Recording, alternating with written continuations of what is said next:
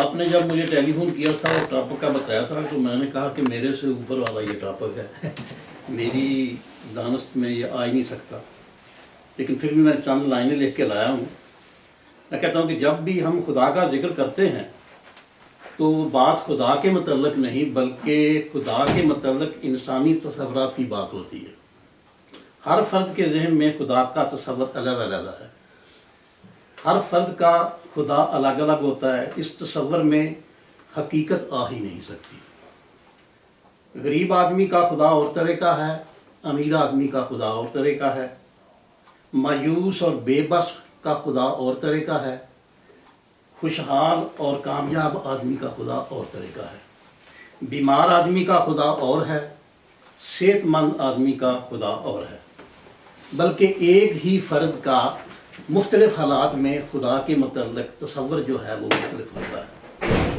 اس طرح قوموں کی بات کر لیں، ظالم قوم کا خدا اور طرح کا ہوتا ہے اور مظلوم قوم کا خدا اور طرح کا ہوتا ہے۔ فاتح قوم کا خدا اور طرح کا ہوتا ہے، مفتون اور محکوم قوم کا خدا کی بجائے میں تصور جو ہے وہ مختلف ہوتا ہے۔ کسی نے کیا خوب کہا ہے کہ اگر کسی قوم کا خاص تمدن کسی خاص دور میں آپ جاننا چاہتے ہیں تو آپ اس چیز کو جاننے کی کوشش کریں کہ اس نے اس دور میں اپنے لیے کون سا خدا وضع کر رکھا تھا۔ جب آپ اس کے خدا کے بارے میں جانیں گے تو اس کی تصویر جو ہے اس کے تمدن کی وہ آپ کے سامنے آ جائے گی۔ بائبل میں آیا ہے کہ خدا نے انسان کی تخلیق اپنی شکل پہ کی ہے، لیکن حقیقت بالکل اس کے برعکس ہے، بلکہ انسان نے خدا کو تراشا ہے، اپنے ذہن کا تصور اس نے اس کے بارے میں مختلف رکھا ہے، بلکہ یہ کہیں کہ انسان ہی خدا کی شکل کو تلاش رہا ہے۔ تصور تو ہمیشہ اس چیز کا ہوتا ہے جو چیز نظر نہ آ رہی ہو، دکھائی نہ دے رہی ہو۔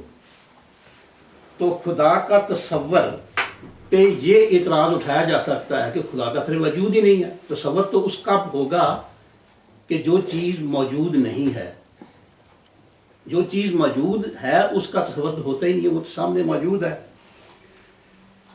تو اس کا مطلب یہ ہوا کہ خدا انسانی تصورات کا نام ہی نہیں ہے۔ جو بھی تصور آپ خدا کے بارے میں قائم کریں گے وہ باطل ہوگا۔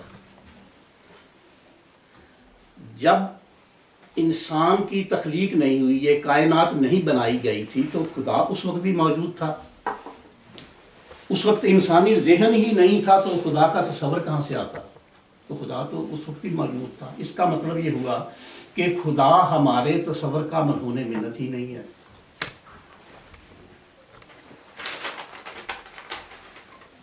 فکری صلاحیت صرف انسان کو حاصل ہے، حیوان اس سے محروم ہے۔ خدا کا تصور صورت انسانی صرف انسانی دماغ کی پیداوار ہے۔ خدا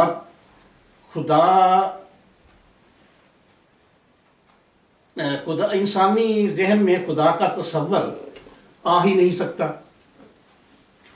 بنی اسرائیل نے حضرت موسیٰ علیہ السلام سے کہا تھا کہ ہم اس وقت تک تیرے خدا کو نہیں مانیں گے جب تک ہم اس کو سامنے دیکھ نہ لیں، اور حضرت موسیٰ علیہ السلام نے یہ فرمائش اللہ تعالیٰ سے کر ہی ڈالی۔ ایک تجلی ہوئی، آپ بے ہوش ہو کر اوندے گر پڑے۔ تو اس سے یہ مطلب بتانا مقصود تھا کہ انسانی آنکھ خدا کو دیکھ ہی نہیں سکتی۔ تو جب انسانی آنکھ خدا کو نہیں دیکھ سکتی تو اس کا مطلب ہے جو چیز بھی ہمیں نظر آتی ہے اس دنیا میں وہ خدا ہو ہی نہیں سکتی۔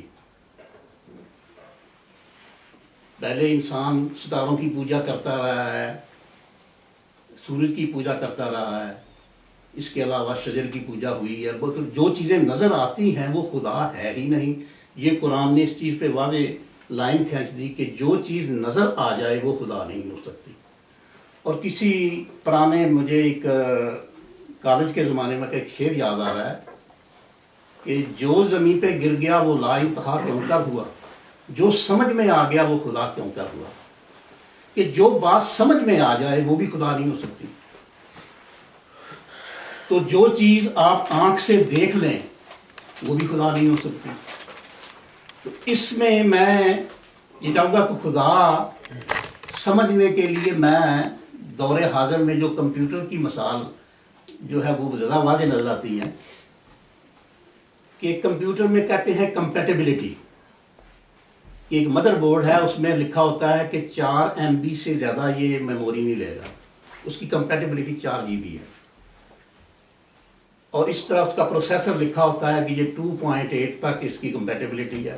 اس طرح انسانی ذہن کی بھی کمپیٹیبلٹی ہے. یہ خدا جو اس سے لیول سے اوپر جاتا ہے، خدا کے سوچنے کے متعلق جاتا ہے، تصور کے بارے میں، اس میں کمپیٹیبلٹی رکھی ہی نہیں گئی ہے. تو خدا کو جاننے کے لیے اب ہم کس طرف رجوع کریں کہ وہ کیا ہے، وہ اپنے، تو اس سے بہتر تو یہ ہے کہ ہم قرآن کی طرف رجوع کریں. ہم قرآن کی طرف رجوع کرنے سے ہمیں یہ پتہ چل جائے گا کہ وہ ذات اپنے بارے میں آپ کیا کہتی ہے. تو وہ ہے سورہ اخلاص. اس میں صرف 4 آیات ہیں جس میں اللہ تعالیٰ نے وعدے کر دیا ہے کہ ان 4 آیات سے جو باہر ہے وہ انسان کی سوچ سے باہر ہے، انسانی کمپیٹیبلٹی جو ذہن کی ہے اس سے ابر ہیں. نہ آپ اس کو دیکھ سکتے ہیں، نہ ہی خدا کو آپ سمجھ سکتے ہیں. یہ انسان کی کمپیٹیبلٹی سے اوپر کی بات ہے. تو اس لیے تصور انسانی جو ہے خدا کے بارے میں وہ ہے ہی باطل. انسان کے تصور سے وہ ماورا ہے. ماشاءاللہ.